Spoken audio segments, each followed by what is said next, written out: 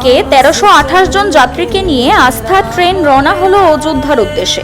রামলালা দর্শনে অধীর আগ্রহে যাত্রী ফিরোজা বেগম। ত্রিপুরা প্রদেশ বিজেপি সভাপতি রাজীব ভট্টাচার্য এবং রাজ্য বিধানসভার উপাধ্যক্ষ বিশ্ববন্ধু সেন সবুজ পতাকা নেড়ে ট্রেনের যাত্রা শুরু করান। বুধবার সকাল 10:05 ত্রিপুরা উত্তর জেলার ধর্মনগরের রেলওয়ে স্টেশন থেকে অযোধ্যার উদ্দেশ্যে যাত্রা শুরু করল বিশেষ ট্রেন আস্থা। এই ট্রেনে মোট 1328 জন যাত্রী রয়েছেন। যাত্রা শুরুর আগে ধর্মনগরের রেল স্টেশনে সকাল 8টা থেকে তাদেরকে অভিবাদন জানিয়ে এক সভার আয়োজন করা হয়। এ সভায় উপস্থিত ছিলেন ত্রিপুরা প্রদেশ বিজেপি সভাপতি রাজীব ভট্টাচার্য, রাজ্য বিধানসভার অধ্যক্ষ বিশ্ববন্ধু সেন, ওবিসি মোর্চার রাজ্য সভানেত্রী মলিনা দেবনাথ, বাগবাসা বিধানসভার কেন্দ্রের বিধায়ক যাদব লাল দেবনাথ, ধর্মনগর পুর পরিষদের চেয়ারম্যান প্রদ্যুৎ দে সরকার সহ অন্যান্যরা। দক্ষিণ জেলার শান্তিরবাজার মহকুমার দেবীপুর এলাকার বাসিন্দা বছর 39-এর ফিরোজা বেগম সাহাও রয়েছেন। তিনিও রামলালা দর্শনে আকৃষ্ট হয়ে সবার সাথে যাত্রা শুরু করেন। এক সাক্ষাৎকারে ফিরোজা বেগম জানান, 4 বছর আগে তিনি মুসলিম ধর্ম পরিত্যাগ করে হিন্দু ধর্ম গ্রহণ করেছেন এবং সাহা পরিবারের এক ছেলের সাথে বিয়ে হয়। রামলালা দর্শনের প্রতি মনের তাগিদ থেকে যাচ্ছেন। যাত্রীদের অভিবাদন অনুষ্ঠানে প্রদেশ বিজেপির সভাপতি রাজীব ভট্টাচার্য বলেন, যারা যাচ্ছেন তারা যাতে রামলালার কাহিনী দর্শনের পর বিভিন্ন প্রান্তে ছড়িয়ে দেয়। দীর্ঘ 500 বছর বিভিন্ন ঘাতে প্রতিঘাতে সংগ্রামের পর লক্ষ লক্ষ রাম সেবকদের এবং প্রধানমন্ত্রী নরেন্দ্র মোদীর ঐকান্তিক প্রয়াসে ও আইনি প্রক্রিয়াকরণের মাধ্যমে রাম জন্মভূমিতে রামলালাকে প্রতিষ্ঠা করা সম্ভব হয়েছে। উল্লেখ্য, এই বিষয়ে ট্রেনের চালক অর্থাৎ লোকো পাইলট হিসেবে রয়েছেন মোহাম্মদ সাদি কায়সার এবং সহচালক হিসেবে রয়েছেন অমিত কুমার।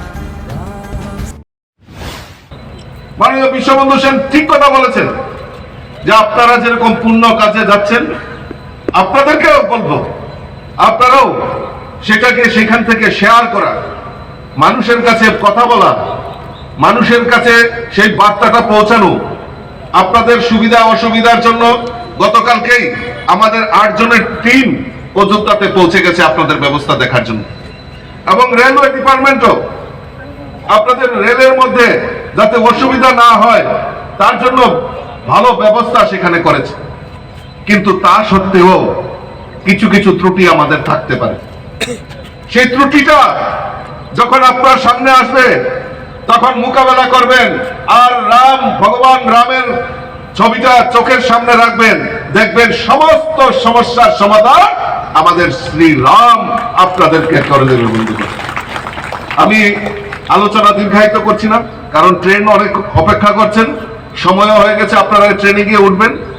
কিন্তু আমি আবারও আপনাদের কাছে অনুরোধ রাখবো, ত্রুটি বিচ্যুতি যাই হবে, কিন্তু মূল যে কাজ, যে আস্থার জন্য আপনারা যাচ্ছেন, সেই আস্থাটাকে আপনারা সারা ত্রিপুরা রাজ্যে আপনারা ছড়িয়ে দেবেন। আমি সেই আহ্বান আমি আপনাদের কাছে রাখছি। 1600 খ্রিস্টাব্দে এরা দেশে মোগলরা প্রবেশ করেন।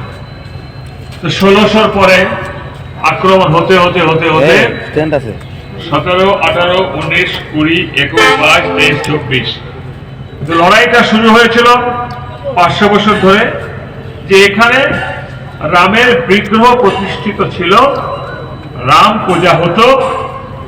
ইতিহাসের মোগল সাম্রাজ্যের একজন রাজা বাবর এখানে ধ্বংস করে, এই রাম মন্দিরকে ধ্বংস করে এখানে মসজিদ তৈরি করেছেন, তাই সেটার নাম হয়েছিল বাবরি মসজিদ। সে লড়াই 500 বছর ধরে, ব্রিটিশ আমল পেরিয়ে ভারতের আমল পর্যন্ত। সর্বশেষে লড়াই আমরা জয়ী হতে পারলাম।